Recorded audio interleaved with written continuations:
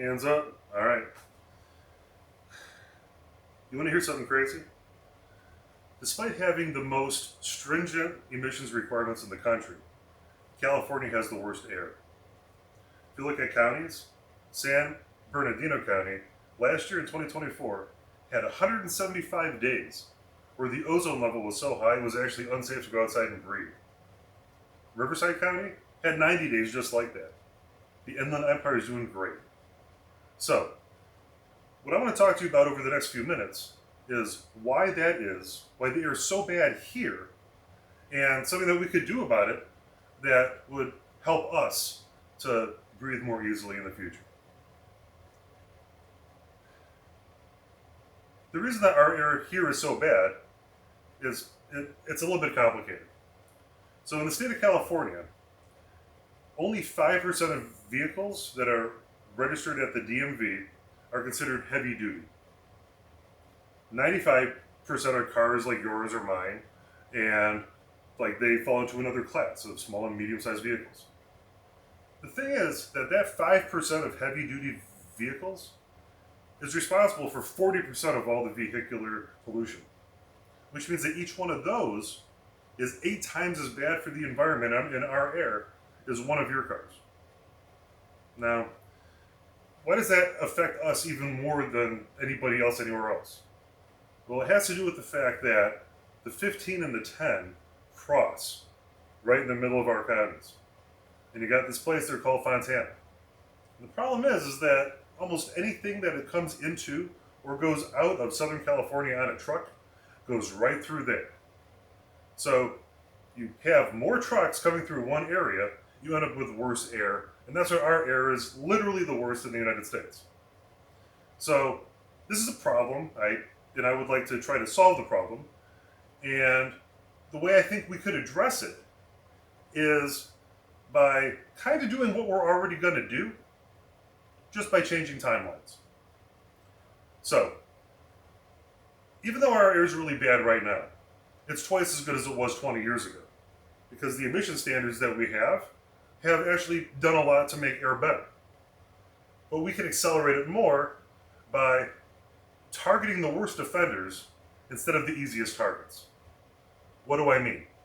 I mean that right now, in 2035, you're going to have to buy an electric car because it's any new vehicles that have to be zero emissions. But it's not until past 2040 when, if I want to buy a new semi to ship something and bring some potatoes down from Idaho, I'm going to have to get a zero EV version of that. I'm saying that we shift the timeline and make those heavy duty vehicles have to be zero emissions first.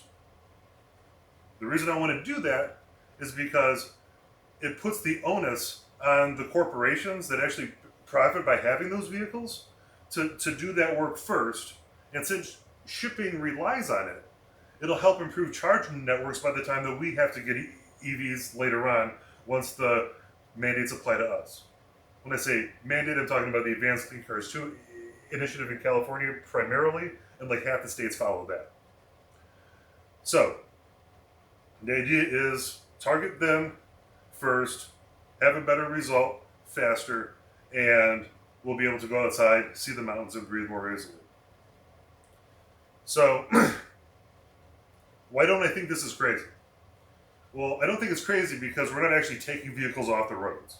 If we did that, that would be insane. We would not have commerce in SoCal, and we'd probably all starve to death because we wouldn't be able to get enough food.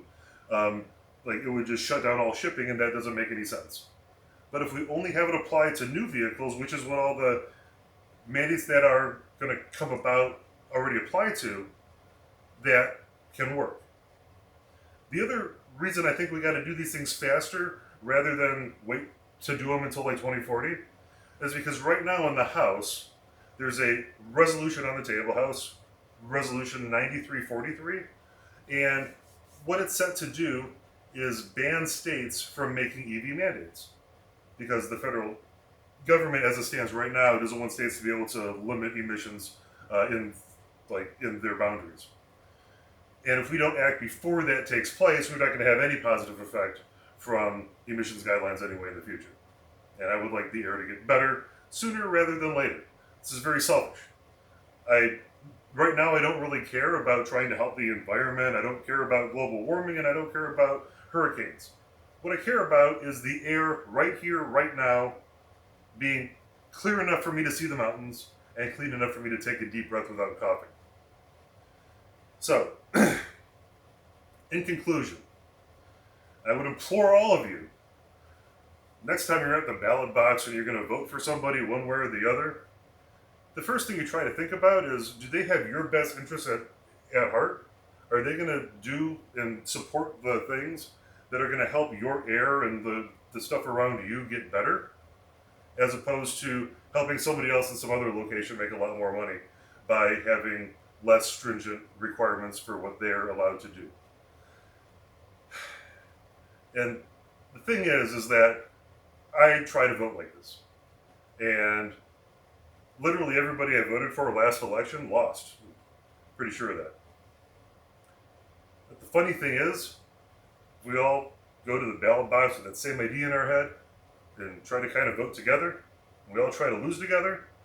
We might actually win. Thank you.